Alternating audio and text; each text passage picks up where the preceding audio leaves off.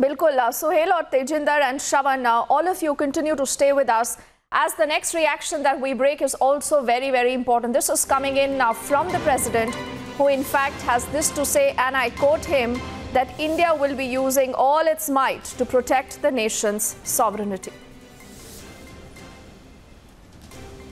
And I'll take that statement to our colleague Shravan, who again is getting us the inside track. Shravan, you know, why and when do you ask for proof? You ask for a proof when you are in doubt. So this is the real problem, because you doubt our forces, because you only want to play politics. Can the opposition be allowed to do that? And for how long, Shravan?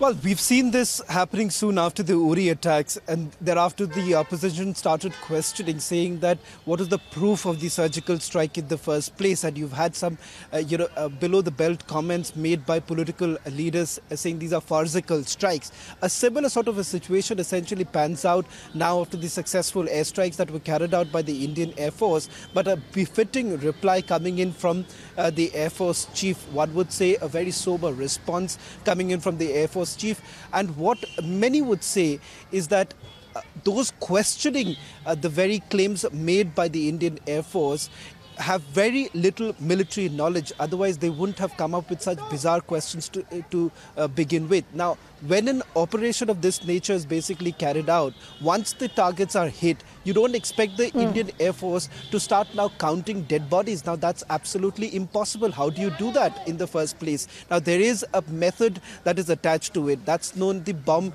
damage assessment, which is done after a strike of this nature. That is not done by the Indian Air Force when they're carrying out this entire operation. And this is a sort of a post-operation system that is basically in place, and that is done by another center which is basically well equipped to basically figure out what was the damage caused by the airstrikes. And those imagery is basically part of the satellite imagery that the government is in possession with. Now, whether or not to release it, there are multiple factors that are in place, whether national security is compromised or not, and what objective does it really achieve by releasing those pictures. All of that basically factors in. It is not about domestic politics. At the end of the day, we have a lot to answer, and that is the reason why the government would also be very cautious before releasing any imagery at this point in time. It is a well thought out decision that would be made by the government. Only then perhaps you would expect this sort of proof perhaps to be put out. But why question the entire Shravan, the story is moving fast. There is one more breaking update that I want you to weigh in on. So I request you and Sohail both to stay with us.